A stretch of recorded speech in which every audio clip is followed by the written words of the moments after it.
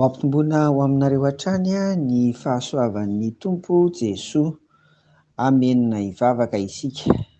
Indreny hafalianay Tompo, avy niaina izay rehetra nasehonao tamin'ny fiainanay tamin'ny volana Oktobra lasiny, ary misaotra indrindra fa nomenao indray volana vaovao izahay, izay mbola inoanay koa fa hanomezanao zavatsoa amin'ny tenanay iray manontolo saina fo fanahy.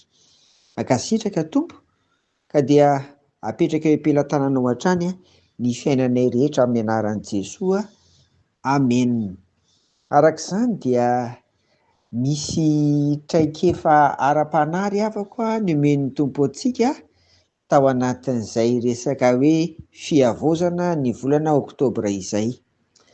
Dia mino isika amin'izao volana Novambra izao, izay vao manomboka anio, fa dia mbola omeny Tompo koa fiainam-panahy arak'izay ilain'ny Tompo ho an'ny zanany, ho an'izay mpanara-dia sika amin'ity volana vaovao ity. Ny lohahevitra moa dia hoe hiaino ny toe-panahy araka an'Andriamanitra.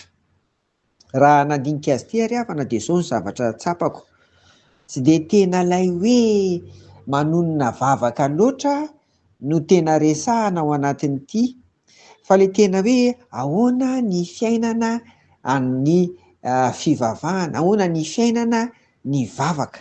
Zay zany le izy. Raha ahitsy zany le izy dia hoe eny amin'ny isan'andro, eny amin'ny toerana misy antsika tsirairay avy eny, manomboka ao amin'ny tokantrano, any am-piasana na any am-pianarana, eo rivon'ny fiarahamonina, raha mba ny hafa re no mijery antsika, dia manahoana ny fahitan'izy ireo antsika mpivavaka? Zay ny fahitako azy ity. Kanefa izao, mialohan'ny hoe hijeren'ny hafa antsika ka mety hanamariany, mety hitenenany ny amin'ny hoe izao ny mpivavaka, dia ny tsara indrindra dia ahoana ny fahitan'Andriamanitra antsika mivavaka. Dia lasa sainako nandinika an'ireo ato anatin'ny Baiboly, dia andeha anankiray akantsika ohatra i Mosesy. Mosesy zany araka ny Exodosy 7:telopolo andininy 1:12, dia izao ny tenin'ny Tompo aminy: ary Jehovah niteny fanatrika tamin'ny Mosesy tahaka ny olona miresaka amin'ny sakaizany. Mbola tany anefitra, mbola tsisy fiangonana, mbola tsisy tempoly, fa ilay antsoina hoe tranon'ilay fionana no fanaovan'i Mosesy sy Andriamanitra fotoana rehefa hiresaka izy. Zay zany le atao hoe mivavaka izy. Ary dia rehefa mivavaka ao amin'ny tranon'ilay fionana zany Mosesy, dia izao ny fahitany Andriamanitra azy hoe tena mifanatrika, tena mifanatrika Andriamanitra sy Mosesy. Jereo nge ny Nomery 12:15, izao no hita ao: mifanatrika no hitenenako aminy ho Jehovah, dia amin'ny fahitana fa tsy amin'ny teny sarom-pantarina, ary mijery ny endrik'i Jehovah izy. Jereo nge zany na i Mosesy na Andriamanitra dia samy mifanatrika fampijery.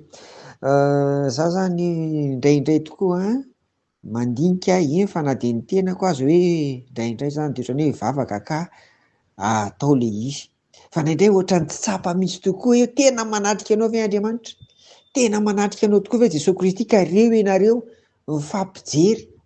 Zany zany anankiray izay hoy hoe hozaraina amin'ity andro voalohany, amin'ity hoe hiaino ny toe-panahy araka an'Andriamanitra ity, dia ny fiainam-bavaka izany.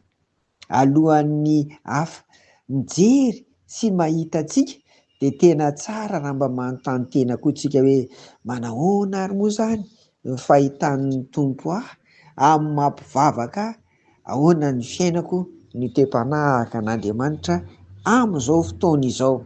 Na tanora ianao, na efa lehibe, na efa antitra, dia manahoana ny fahitan'ny Tompo antsika. Tsy manana valy teny aroso ao amin'ity anio ity ry havako, fa izao mbola be no hitantsika ao anatin'ity volana ity, dia enitsika mamaly azy, enitsika mamaly hoe hiaino ny toe-panahy araka an'Andriamanitra. Inona izany? Fa dia mirary antsika amin'izao volana Novambra izao mba ho tena volana andraisantsika ho iaho teny am-piandohana traika efa vaovao indray amin'ny resaka fiainam-panahy amin'ny fanarahantsika ny tompo dia tsy inona akory fa ny fiainam-bavaka izany. Izay izany no jerentsika amin'ity volana ity. Dia ho an'Andriamanitra irery ny voninahitra amin'izany rehetra izany, hivavaka isika. Misaotra anao hatrany izay araka ny vavaka nataony teny am-piandohana Tompo, fa amin'izao volana vaovao izao dia mbola hampahitanao zavatra marobe izay tena mahasoa sy mahatsara anay amin'ny fiainam-panahy, dia ny toe-panahy araka anao Andriamanitra. Misy manantena an'izany izahay, koa sokafo ny fonay, ny sainay, ny fanahinay andray izay avy aminao Tompo. Ary ity volana Novambra ity dia ho volana andraisanay koa valim-bavaka lehibe ho an'ny fiainanay tsirairay avy, ho an'ny isan-tokantrano, ary indrindra indrindra Tompo ho an'ny fiainam-piangonana sy ny firenena. Amin'ny anaran'i Jesoa, amen. Dia ho aminareo hatrany ny fiadanan'i Jesoa Kristy Tompontsika, amen.